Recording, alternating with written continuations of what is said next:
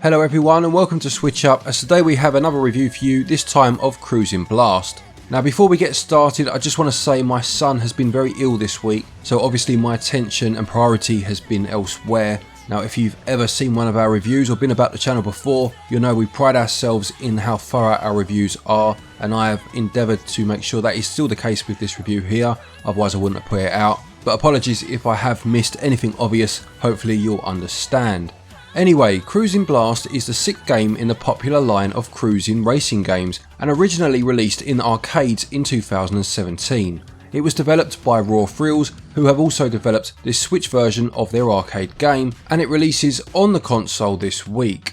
Is it cruising to victory or cruising for a bruising? Well, thank you to the publishing team for the review code, and now let's find out.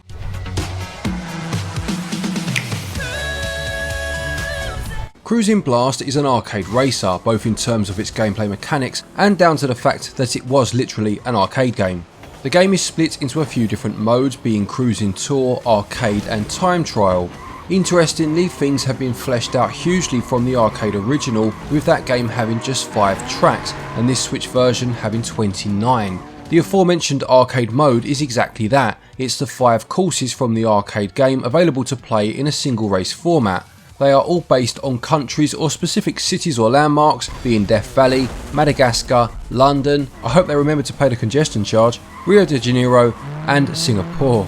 Cruis'n Tour mode is effectively a Grand Prix mode and includes the new tracks split into 6 tournaments with 4 tracks each. Completing one will unlock the next. As I mentioned, the racing itself has an arcade nature to it. Courses are more of a point A to point B affair rather than implementing laps. This seems to increase the fluidity of the races, as does limiting the use of hazards that cause you to come off the track. There are a host of ramps and boost points, as well as multiple paths to utilise as you make your way towards the finish line. Controls are fairly straightforward, with A being used to accelerate, L using one of your available boosts, and R allowing you to drift. If you drift for long enough, you will perform an impromptu boost. Now, I know many people lament the lack of analog triggers on the Switch controllers, especially when it comes to racing games. Personally though, I don't feel it affects this particular game, as your movements aren't as nuanced as they would be in more realistic racers, with this exemplified by the fact that the default controls don't even assign accelerate to the right trigger, as I just mentioned.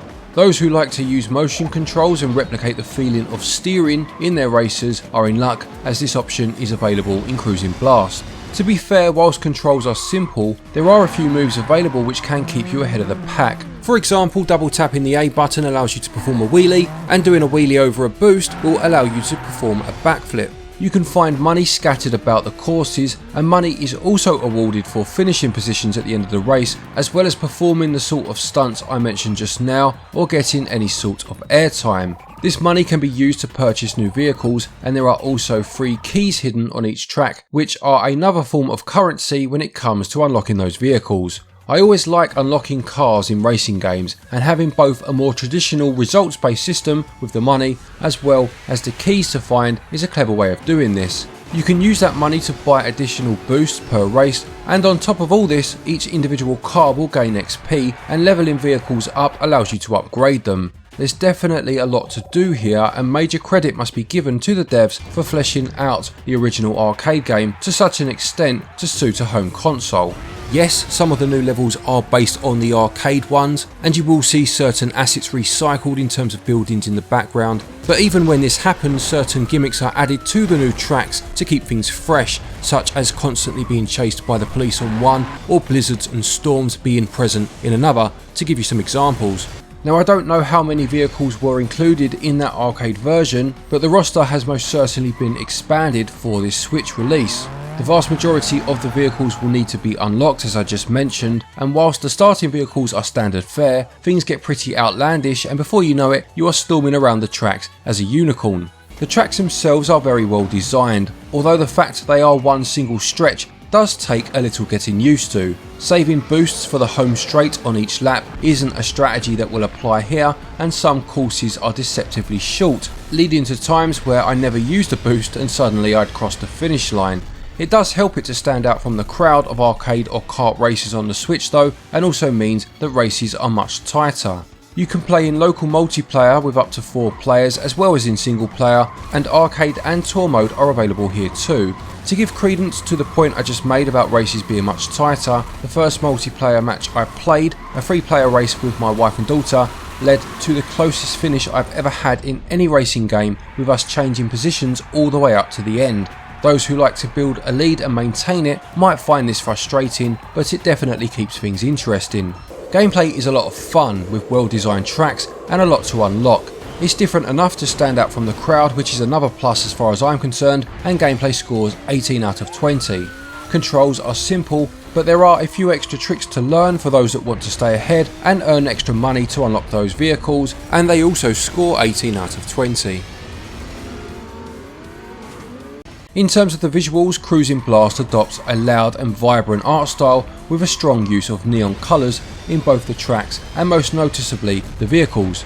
There is a great amount of variety within the tracks, with some lovely water effects, reflections look particularly strong, and the set pieces on the tracks themselves, especially in those 5 original arcade ones. These set pieces really do up the ante and make the tracks a joy to play. Watching as the London Eye rolls down the street towards you, or as a low-flying plane veers dangerously towards the mountains of Madagascar as rocks come crashing towards you, leads to some great talking points as you play, plus there are others that are not quite as intrusive to the gameplay but make for a great spectacle. These include the lightning cracking against the reservoir, or the animals looking on nonchalantly as you whiz past them in the safari level. Performance wise, Cruis'n Blast runs at a solid 60 frames per second and at 1080p when docked. Whilst I couldn't test this myself, I did hear that when playing in multiplayer, the frame rate will be between 30 and 60 depending on how many players you have in both docked and handheld mode. Resolution in handheld mode is 720p. Everything runs incredibly smoothly, and apart from one odd incident when after boosting I seemed to shoot straight upwards and got stuck in mid-air momentarily, I had no other issues at all. There is no popping as you move at speed through tracks, which really does help to keep you immersed. The art style itself reminds me a bit of Excite Truck for the Wii in terms of some of the level structures, and Crazy Taxi in regards to the basic shape of the more standard vehicles. It definitely has that classic arcade look and feel. In terms of the audio, the title song, whilst perhaps a little grating after a while, most certainly sets the scene in terms of it being very cheesy and shows a huge level of self-awareness from the development team for where it was they wanted to go tonally. Engine noises are appropriate and the music whilst playing is suitably high energy. Again, it all just has a classic arcade feel. I would have sworn that this was an arcade game from well before its 2017 release date, which is most certainly a compliment. I don't mean it feels archaic, it just has such a charm to it that it wouldn't have looked or sounded out of place in an arcade during the heyday of such places. Visuals are bold, over the top and vibrant, with a crazy cast of vehicles and some fantastically whimsical stages. Performance is also very strong, and overall it scores 18 out of 20. Audio doesn't quite grab me in the same way, but it's hard to argue that it doesn't match the tone of the visuals and the hectic nature of the gameplay very well. It scores 16 out of 20. Cruis'n Blast costs £34.99 and regional equivalents are on your screen now. Had this been the price asked for a straight port of the arcade game, despite it being a very good one, then it would have been very hard to justify the amount of content on show.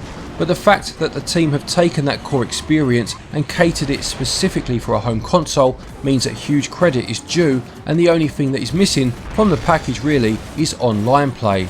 Now, I did hear a whisper that it might be something that is added later on, but I don't know how true that is, and for now I can only judge it on what's in front of me. Despite this omission, I still think the amount of tracks and the variety in the vehicles, plus that fun that comes from customising and unlocking more vehicles, means the price is a fair one. Plus the physical version can be found for a bit cheaper, so this is a good way to go if you are interested.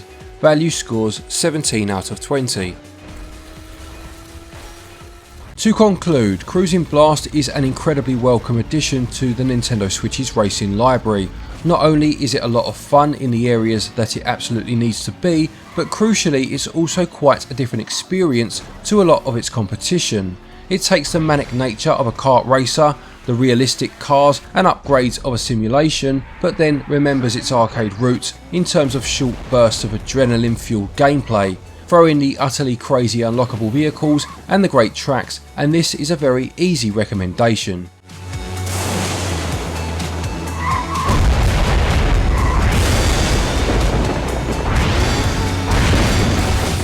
Cruis'n Blast gets a SwitchUp score of 87%.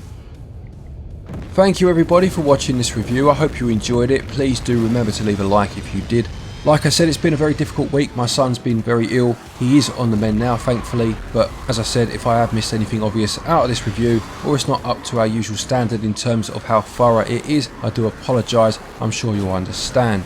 I just want to also very quickly say that at the time of making this video, we are about 20 people off of 200,000 subscribers. So if the magical number is hit by the time you're seeing this review, then a huge thank you to each and every one of you. It is an amazing achievement. Mark and I, we're very humbled and grateful for everyone that's helped the channel grow. A quick thank you to our Patreons as always for your continued support, and to each and every one of you for watching our videos. Take care, and until next time, happy gaming.